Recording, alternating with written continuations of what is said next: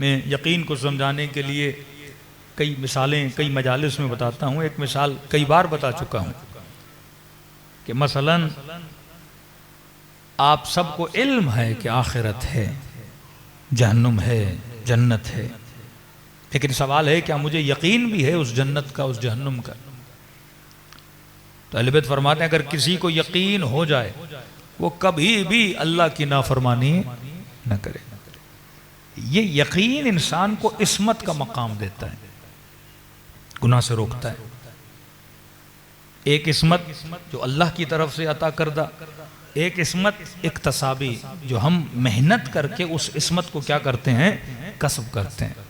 जिस तरह औलियाउल्लाह, जिस तरह आपके उरफा उलमा, जिनसे इंसान ने ज़िंदगी में कभी गुनाह देखा नहीं, तो वो उस इस्मत पे कैसे पहुँचते हैं? वो मकाम यकीन की वजह से। अब नौजवानों को समझाने के लिए मिसाल दे रहा हूँ कि किसी चीज़ का इल्म होना और है, किसी चीज़ का यकीन होना और है। मसलन मजलिस तरहीम है, जब इंसान मर जाता है हम सबको इल्म है कि जो इंसान मर जाए वो किसी को कोई नुकसान नहीं दे सकता। आदमी जिंदा हो तो शरारत भी कर सकता है, लड़ाई भी कर सकता है, ज़बान से लोगों को नुकसान दे सकता है, अमल से लोगों को नुकसान दे सकता है, चोरी और डाके से, दहशतगर्दी से लोगों को नुकसान दे सकता है। लेकिन मरा हुआ जिस्म चाहे यजीद का भी हो वो नुकसान नहीं दे सकता। ये हर किसी को पता है कि भाई मुर्दा कभी इंसान को नुकसान नहीं देते। इसे कहते हैं नॉलेज। आपको इल्म है कि मुर्दा नुकसान नहीं देता, लेकिन पूरे मजमे में से अगर किसी मोमिन को ये बोला जाए कि भाई फला जगह पे किसी बंदे खुदा का इंतकाल हो गया है और उसके घर में कोई नहीं है और हम बड़े बिजी हैं, तो आप एक काम करिए कि एक रात उस मुर्दे के साथ गुजार दीजिए। भाई यहीं पे मुर्दा खाना भी है ना, मेन रोड पे। तो बोल जाए आप तो मोमिन साहब हैं, हम कैसेट से कुरान नहीं चलाना चाहते, तो ये छोटा सा कुरान है, आपको 5-10 हज़ार ईदी भी दी जाएगी। तो ये जो मुर्दे खाने के अंदर जितने मुर्दे हैं हम इनका जनाजा निकालते हैं, तो आप पूरी रात अकेले खाली बिल्डिंग में अकेले मुर्दे के साथ कुरान पढ़ लीजिए। कुरान पढ़ना सवाब, और आप तो खुद कह रहे हैं कि मुर्दा नुकसान नहीं देता। कितने लोग बैठेंगे? अब यहां पे हकीकत वसवसा, हकीकत वहम, हकीकत एंजाइटी और डिप्रेशन क्लियर हो जाती है। जो मकाम यकीन पर है खुदा उसे इत्मीनान देता है, और जिसे इत्मीनान मिल गया वो कभी डिप्रेशन में नहीं जाता, वो कभी वसवसों में नहीं जाता। हमारे ऊपर वो चाहे तागूत की हुकूमत हो, वो चाहे यहूद और नसारा की हुकूमत हो, या चाहे यहूद और नसारा के हम शक्ल जो भी बैठे हैं इनकी हुकूमतें हों, ये इंसान पे हाकिमियत कब करते हैं? जब इंसान के ऊपर वहम का गलबा होता है। वहम किस चीज से क्रिएट होता है? इमेजिनेशन से क्रिएट होता है। आज हम मोर देन 16 आवर्स मोबाइल पे, सोशल मीडिया पे तस्वीरें देखते हैं। तस्वीरें क्या बनाती हैं? इमेजिनेशन बनाती हैं। अखबार सुनते हैं, इमेजिनेशन बन जाती है। इमेजिनेशन सबसे ज्यादा वहम को क्रिएट करता है। जब आप रात को सोचते हैं तो वो जो ख्वाब ख्यालात जो गैर सादिक ख्वाब इंसान को आते हैं वो क्रिएशन होती है हमारी इमेजिनेशन की।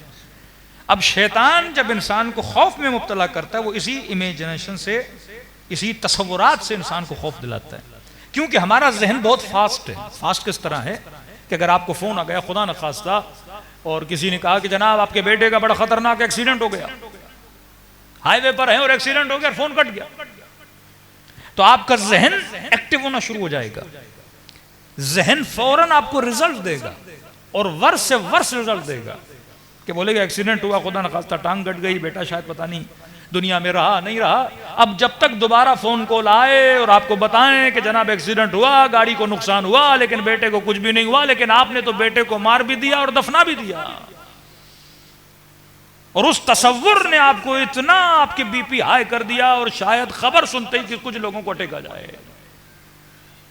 तभी फरमाया अक्लमंद बंदा सबसे पहले हुस्न ज़न करता है, पॉजिटिव थिंकिंग, अच्छा ख्याल आता है, अच्छा ख्याल आता है।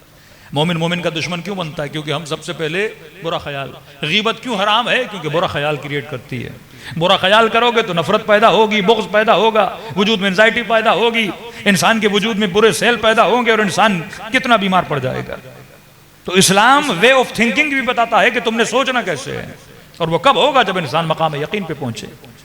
अब जब कहा कि मौलाना मुर्दा नुकसान नहीं देता, और मैं आपकी बात नहीं, मौलवी को भी बोला जाए पूरी रात बैठो, वो भी शायद ना बैठे। मसला इल्म का नहीं, मसला यकीन का है। जब यकीन आ जाता है तो फिर अकीदे इंसान को नेक बनाते हैं।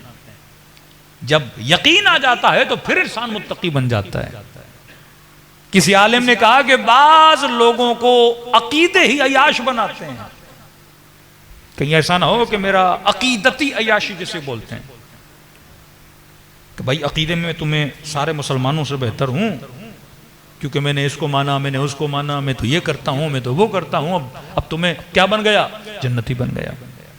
तो कभी कभी ये अकीदती अयाशी मुझे अल्लाह से क्या कर देती है? दूर कर देती है। लेकिन जो फिक्र अहले बैत की फरमाए हासिबू क़ब्ल अन तुहासिबू मिस्क़ाल ज़र्रतिन खैरन यरह व मिस्क़ाल ज़र्रतिन शर्रन यरह, कि जिंदगी के लम्हे लम्हे पे फिक्र करना। कहीं ऐसा ना हो कि तुम्हारा अकीदा तुझे अमाल में अयाश बना दे कि मैं तो मर जाऊंगा और जन्नत में मुझे कौन बचाएगा? यही अकीदा बचाएगा। फरमा नहीं, वहां पे अकीदा भी बचाता है, लेकिन अकीदे के ज़ेल में अमल भी होना चाहिए। वल आसर इन्नल इंसान लफी खुसर इल्लल्लज़ीना आमनू व अमिलुस सालिहात। नहीं कि सिर्फ तुम ईमान लाए, लेकिन शर्त ईमान यह है कि तुम अमल साले भी करो, और शर्त अमल साले यह है कि वतवासौ बिल हक़ वतवासौ बिस सब्र, कि जिंदगी में जो सही था उसे पकड़ो और जो गलत था उसे छोड़ दो। और यही तवल्ला और तबर्रा है। तवल्ला का मतलब अच्छाइयों का ऐलान करो, तबर्रा का मतलब बुराइयों से दूरी करो। अच्छाइयों के आशिक बनो, बुराइयों से नफरत करो। और जब अच्छाई के आशिक बनोगे तो जिंदगी में किस राह पे चलोगे? अच्छाई की राह पे चलोगे। तो फरमाया सिर्फ इल्म का होना काफी नहीं है, इल्म के साथ यकीन का होना जरूरी है। जब बंदा मकाम यकीन पे पहुंचता है तो खुदा इसे खौफ से आजाद कर देता है। ला खौफुन अलैहिम वला हुम यहज़नून, न खौफ है न गम है। सवाल यह है कि अल्लाह ने खौफ के साथ गम का लफ्ज क्यों लाया? क्योंकि गम जन्म लेता है खौफ की वजह से। खबर पहुंची एक्सीडेंट हुआ, खौफ पैदा हुआ कहीं बेटा मर तो नहीं गया। इस खौफ ने क्या पैदा किया? गम पैदा किया, आंखों से आंसू आना आ गए। जिंदगी में कोई अमल नहीं किया, मौलाना ने कहा कि जहन्नुम बड़ी सख्त है, क्या पैदा हुआ? खौफ पैदा हुआ। खौफ ने क्या पैदा किया? गम पैदा किया। जेब में 20,000 हैं और बीवी ने कहा जनाब बिल 40,000 का आ गया। खौफ पैदा हो गया, क्या पूरे महीने का खर्चा कैसे चलेगा? उससे क्या पैदा हुआ? गम पैदा हो गया। तो पहले खौफ क्या जन्म देता है? गम को जन्म देता है। लेकिन कहा कि जो औलियाउल्लाह हैं ला खौफुन अलैहिम वला हुम यहज़नून, इनके वजूद में कोई खौफ नहीं होता। वो चाहे 30,000 का लश्कर हुसैन के मुकाबले में खड़ा हो, चेहरे पे जर्रा बराबर खौफ नजर नहीं आता। जब खौफ नहीं तो फिर गम कैसा? ऐसा नहीं तलवारों को देख के अलियादु बिल्लाह कोई करबला का शहीद रोया हो, नहीं, रोए तो हुसैन की गुर्बत की वजह से, हाँ, रोए तो आका की प्यास की वजह से। ये नहीं कि मौला मेरे बदन पे जख्म पड़े हैं तो मैं रो। और वल्लाह आज वो खौफ वो गम, कहते ना रोल मॉडल हर जमाने में। बाज लोगों ने विलायत को और विलायत के रास्ते को तारीख के औराक में रोक दिया। कहते हैं विलायत एक चश्मे की तरह है जो रवां ही रवां रहता है। ये नहीं कि राह विलायत इमाम ज़माना की ग़ैबत कुबरा में जाने के बाद बंद हो गई का, नहीं। इस रास्ते पे तुझे चलते हुए बहुत नजर आएंगे। ऐसे ऐसे लोग नजर आएंगे जो इतने शहीदों के लाशें उठाने के बाद भी चेहरे पे न खौफ है न गम है। हाँ। और मैंने कहा आज वो चेहरा देखना है तो सैयद अली खामनी का चेहरा देखो। हाँ। इतने रुफका के जनाजे उठाने के बाद चेहरा क्या है? मुतमईन है। ला खौफुन अलैहिम वला हुम यहज़नून, ये वो वजूद है जो मकाम यकीन पे पहुंच चुका। लेकिन हमें बोला जाए एक सर्द खाने में एक रात एक मुर्दे के साथ गुजारो, 2-2 मिनट के नारे मारने वाले, बड़ी बड़ी आवाज से या अली कहने वाले, लब्बैक या हुसैन कहने वाले। यहाँ तो एक मोमिन को कुरान की ज़रूरत है भाई, एक रात बैठ जाइए। का नहीं मौलाना, इल्म है कि मुर्दा नुकसान नहीं देता, लेकिन कहीं ना कहीं जहन में शक है कि शायद ये खड़ा हो जाए।